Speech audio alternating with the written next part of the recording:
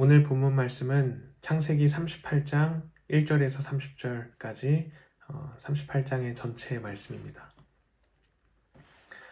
그 후에 유다가 자기 형제들로부터 떠나 내려가서 아둘람 사람 히라와 가까이 하니라. 유다가 거기서 가나안 사람 수아라 하는 자의 딸을 보고 그를 데리고 동침하니 그가 임신하여 아들을 낳음에 유다가 그의 이름을 엘이라 하니라. 그가 다시 임신하여 아들을 낳고 그의 이름을 오난이라 하고 그가 또다시 아들을 낳고 그의 이름을 셀라라 하니라. 그가 셀라를 낳을 때 유다는 거십에 있었더라. 유다가 장자 엘을 위하여 아내를 데려오니 그의 이름은 다말이더라. 유다의 장자 엘이 여호와가 보시기에 악함으로 여호와께서 그를 죽이신지라.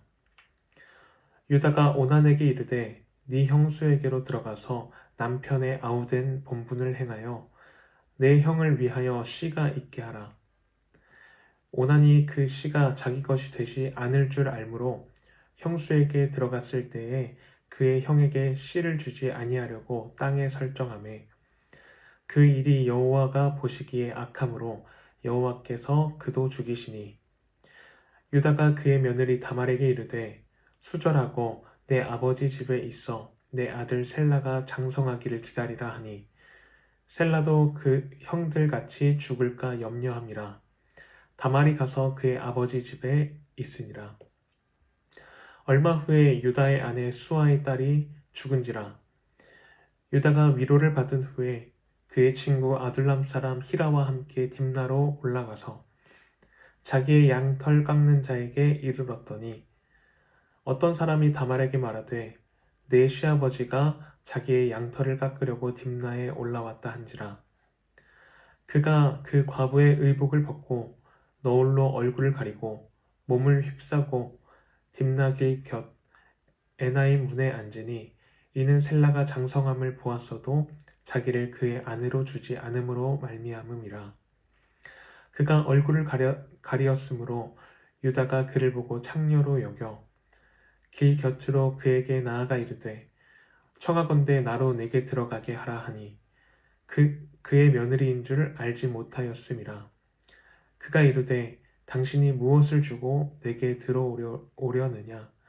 유다가 이르되 내가 내 떼에서 염소 새끼를 주리라. 그가 이르되 당신이 그것을 줄 때까지 담보물을 주겠느냐. 유다가 이르되 무슨 담보물을 내게 주랴. 그가 이르되 당신의 도장과 그 끈과 당신의 손에 있는 지팡이로 하라. 유다가 그것들로 그에게 주고 그에게 들어갔더니 그가 유다로 말미암아 임신하였더라. 그가 일어나 떠나가서 그 너울을 벗고 과부의 의복을 도로 입으니라. 유다가 그 친구 아둘람 사람의 손에 부탁하여 염소 새끼를 보내고 그 여인의 손에서 담보물을 찾으려 하였으나 그가 그 여인을 찾지 못한지라. 그가 그곳 사람에게 물어 이르되 길 곁 에나임에 있던 창녀가 어디 있느냐. 그들이 이르되 여기는 창녀가 없느니라. 그가 유다에게로 돌아와 이르되 내가 그를 찾지 못하였고 그곳 사람도 이르기를 거기에는 창녀가 없다 하더이다 하더라. 유다가 이르되 그로 그것을 가지게 두라. 우리가 부끄러움을 당할까 하노라. 내가 이 염소 새끼를 보냈으나 그대가 그를 찾지 못하였느니라. 석 달쯤 후에 어떤 사람이 유다에게 일러 말하되 내 며느리 다말이 행음하였고 그 행음함으로 말미암아 임신하였느니라. 유다가 이르되 그를 끌어내어 불사르라. 여인이 끌려 나갈 때에 사람을 보내어 시아버지에게 이르되 이 물건 임자로 말미암아 임신하였나이다. 청하건대 보소서. 이 도장과 그 끈과 지팡이가 누구의 것이니까 한지라. 유다가 그것을 알아보고 이르되 그는 나보다 옳도다. 내가 그를 내 아들 셀라에게 주지 아니하였음이로다 하고 다시는 그를 가까이 하지 아니하였더라.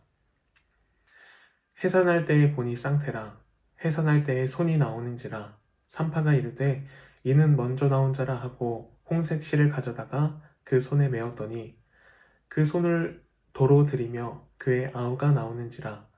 산파가 이르되 네가 어찌하여 터뜨리고 나오느냐 하였으므로 그 이름을 베레스라 불렀고 그의 형 곧 손에 홍색 실 있는 자가 뒤에 나오니 그의 이름을 세라라 불렀더라. 오늘 본문은 야곱의 12아들 중 넷째 아들인 유다에게 초점을 맞추고 있습니다. 야곱의 가문에서 영적인 리더십을 받아야 할 순서는 첫째 아들인 르우벤이었지만 르우벤은 그의 아버지의 첩 비라와 근친상간을 저지름으로써 이 언약의 계보에서 장자권에서 제외되었습니다. 둘째 시므온과 셋째 레위는 세겜 땅에서 자신의 누이 디나가 당한 일에 대해서 잔인한 복수와 폭력을 행함으로 결국 또 이 영적인 장자의 자리에서 멀어지게 되었습니다. 이제 그 중심에 넷째인 유다가 서게 됩니다. 그런데 오늘 우리가 읽은 이 창세기 38장은 유다가 어떻게 거룩한 지도자가 되었는지에 대해서 좋은 모습을 기록하고 있지는 않습니다.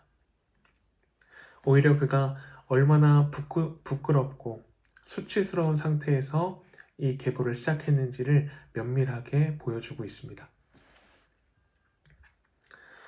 본문 1절은 유다의 영적 상태를 짐작하게 합니다. 그 후에 유다가 자기 형제들로부터 떠나 내려가서 아둘람 사람 히라와 가까이 하니라.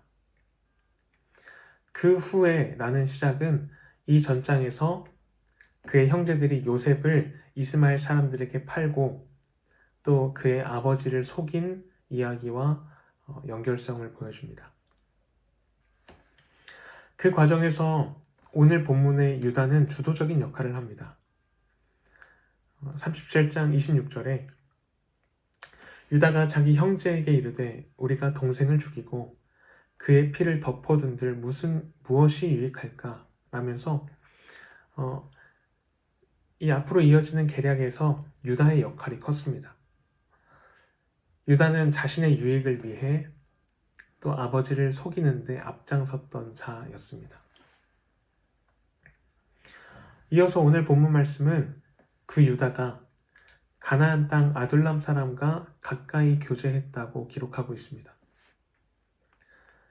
그리고 수아의 딸로 표현된 이름 모를 가나안 여인과 결혼하여 3명의 자녀를 낳습니다. 이방인 여인과의 결혼은 이 유다의 영적 상태가 어떠한지를 이미 우리에게 말해주고 있는 것 같습니다. 유다는 세 아들을 낳습니다. 엘, 오난, 셀라. 그리고 셋째 아들을 낳을 때에 유다가 거한 위치는 거십이라고 밝히고 있습니다. 유다가 거주한 지명인 거십의 히브리어 원어는 거짓말하다, 속이다, 위조하다 라는 뜻을 가지고 있습니다. 유다는 지금 이 거짓의 성읍에 머물고 있는 것입니다.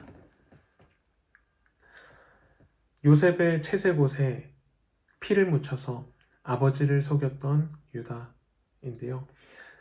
또 이 거짓말과 속임은 유다에게 앞으로 일어날 일들에 대해서 예고해주는 역할을 합니다. 이어서 세 아들의 이야기가 시작됩니다. 하나님은 장자 엘이 어떤 이유로 악하다고 보셨는지 밝히고 있진 않지만 그를 죽이십니다. 그래서 유다는 둘째 아들 오난에게 남편의 아우된 본분을 이행하라고 지시합니다. 신명기 25장에는 이러한 의무에 대해서 소개하고 있습니다. 형제들이 함께 사는데 그중 하나가 죽고 아들이 없거든 그 죽은 자의 아내는 나가서 타인에게 시집가지 말 것이요 그의 남편의 형제가 그에게 들어가서 그를 맞이하여 아내로 삼아 그의 남편의 형제된 의무를 그에게 다 행할 것이요 그 여인이 낳은 첫 아들이 그 죽은 형제의 이름을 잊게 하여 그 이름이 이스라엘 중에서 끊어지지 않게 할 것이라. 물론 이 신명기에 기록된 이 의무는 오늘 본문의 사건보다는 나중에 기록된 것이지만 남편의 아우된 본분을 행하라 라는 이 유다의 말 속에서 이러한 관습이 이미 이들 사회에 있었음을 알 수 있습니다. 또 이러한 관습은 신명기의 기록뿐만 아니라 주변 이방 국가들에서도 시행되었던 아주 보편적인 관습이었습니다. 고대 근동의 히타이트 법률에 따르면 이렇게 기록하고 있습니다. 남자에게 아내가 있는데 남자가 죽을 경우 그의 형제는 과부를 아내로 맞아야 한다. 만약 그 형제가 죽을 경우 아버지가 그 여자를 맞아야 한다. 나중에 아버지가 죽은 후에는 그의 형제가 그 여자를 맞아야 한다. 라고 기록하고 있습니다. 이러한 관행은 하나님의 백성으로서 뿐만 아니라 이방인들에게도 보편적인 윤리로 작용하고 있었던 것입니다. 그러나 그의 형제들은 이러한 의무조차 행하지 않습니다. 우리에게도 이런 모습들이 있습니다. 하나님의 백성이라고 하면서도 더 악질인 모습들. 회칠한 무덤 같아서 겉으로는 거룩한 척하지만 실상은 죽어있는 우리의 속사람을 돌아보아야 합니다.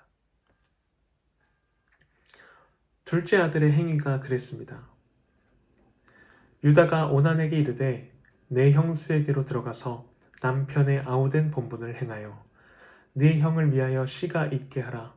오난이 그 씨가 자기 것이 되지 않을 줄 알므로 형수에게 들어갔을 때에 그의 형에게 씨를 주지 아니하려고 땅에 설정하매 그 일이 여호와가 보시기에 악함으로 여호와께서 그도 죽이시니. 오난은 겉으로는 아버지의 명령에 순종하는 것처럼 보입니다. 아버지의 말씀을 따라 관습에 따라 형수에게로 들어갑니다.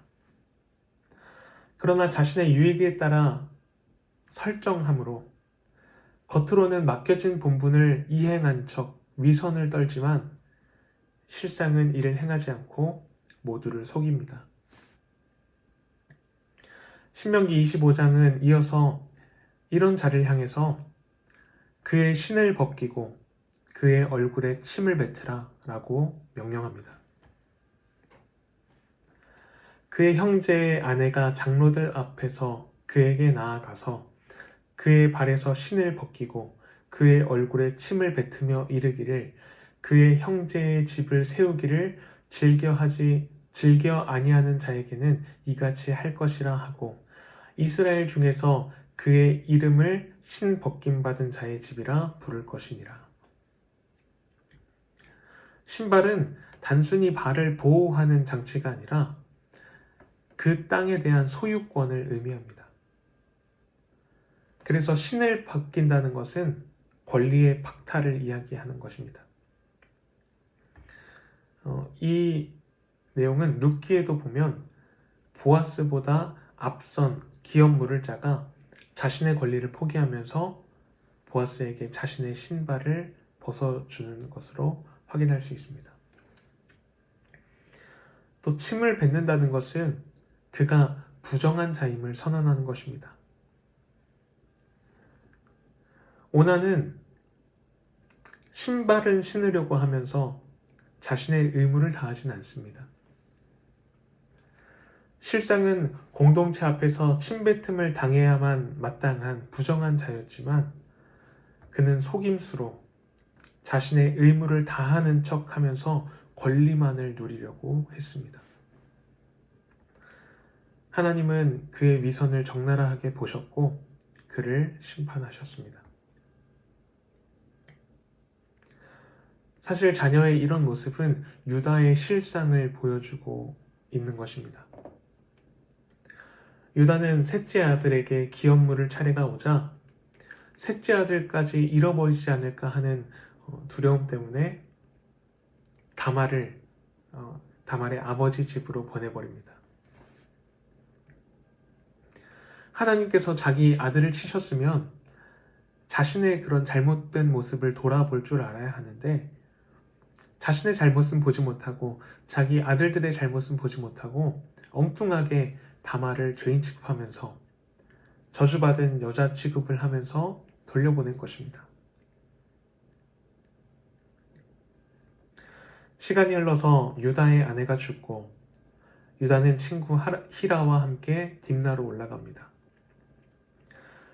12절에 양털 깎는 자라는 배경은 고대 근동에서 수학의 현장, 풍요로움의 장소로 여겨졌습니다. 그래서 이러한 풍요를 기원하는 자리에 종교적인 매춘 풍습이 동반되었습니다. 다말은 이곳에 유다가 왔다는 소식을 듣고 딥나로 가는 길에 있는 에나이 문 곁에 자신의 과부의 의복을 벗고 너울로 얼굴을 가린 채 앉아 있었습니다. 그리고 이를 창녀로 인식한 유다는 다말과 동침하게 됩니다. 이후 석 달쯤 지나자 다말이 행음함으로 말미암아 임신했다는 소식이 유다에게 들리고 유다는 그를 화형에 처하라 라고 지시합니다. 그러자 다말은 자신이 보관하고 있던 유다의 표식들을 내보입니다. 설교를 준비하면서 과연 시아버지를 속인 다말의 행동은 정당한가? 라는 왠지 모를 찝찝함이 계속 남아있게 되는 것을 발견했습니다. 어떤 주석에서는 다말의 이런 사회적인 지위를 고려할 때 그녀가 할 수 있던 유일한 방법이기 때문에 정당하다라고 보는 시각도 있지만 충분한 설명이 될 수 있을지는 모르겠습니다. 그러나 한편으로 다말의 이러한 행동이 유다를 향한 선지자적인 행동으로 보이기도 합니다. 나단 선지자가 다윗에게 양 많은 부자가 가난한 자의 소중한 그 양 한 마리를 빼앗아 손님을 대접한 이야기를 들려주니까 다윗은 그 사람은 마땅히 죽을 자라 라면서 판결을 내립니다. 그러자 나단 선지자는 그 허구의 이야기 끝에 당신이 바로 그 사람이다 라면서 다윗의 잘못을 폭로합니다. 다말도 마찬가지로 이러한 속임수를 통해서 유다의 죄된 모습들, 위선적인 모습들을 폭로하고 또 자신은 하나님의 백성의 기업 무르기 위해 자신의 목숨을 걸었던 것입니다. 중요한 것은 이러한 일들이 다름 아니라 이방인 여인인 다말을 통해 이루어졌다는 것입니다. 비록 부끄러운 방식이었지만 다말을 통해서 유다의 혈통이 이어집니다. 그리고 이 혈통은 훗날 다윗 왕과 예수 그리스도에게로 이어지는 통로가 됩니다. 마태복음 1장에 나오는 다윗과 예수 그리스도의 계보에는 이 이방인 여자 다말의 이름이 등장합니다. 아마도 유대인들은 그 계보에 등장하는 다말의 이름을 보면서 그 이름을 빼버리고 싶었을 것입니다.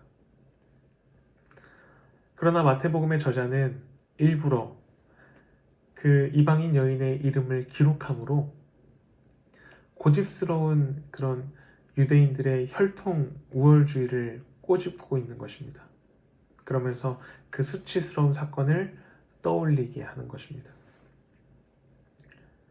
다윗 왕의 계보에도 그 위대한 다윗 왕의 계보에도 이러한 수치스러움이 있지 않느냐. 우리가 바로 이러한 존재들이 아니냐라는 폭로입니다. 이러한 사실 앞에서 유다는 이렇게 고백합니다. 그는 나보다 옳도다. 그가 의롭다. 이것은 단순한 패배를 인정하는 고백이 아닙니다. 자신의 수치스러움에도 불구하고 자신의 잘못을 철저히 고백하는 회개입니다. 38장은 유다와 다말이 낳은 쌍둥이 아들 이야기로 끝이 납니다. 쌍둥이 베레스와 세라가 태어날 때 먼저 나오던 세라를 제치고 베레스가 출생합니다. 이것은 에서와 야곱의 이야기와 닮아 있으면서 하나님의 주권적인 선택을 떠올리게 합니다. 오늘 말씀을 통해서 우리의 부끄럽고 수치스러운 이런 내면을 돌아보게 되는 것 같습니다.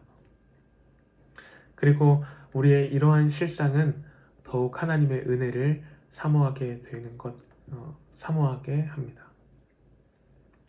그 가운데 우리는 우리의 잘못을 철저하게 고백함으로 다시 주님의 나라를 사모하며 그 나라를 누리는 자로 바로 서야 할 줄 믿습니다. 개인적으로 묵상을 이어나가실 때 오늘 말씀이 또 우리 삶 속에서 살아 숨쉬는 말씀으로 역사하기를 간절히 원합니다.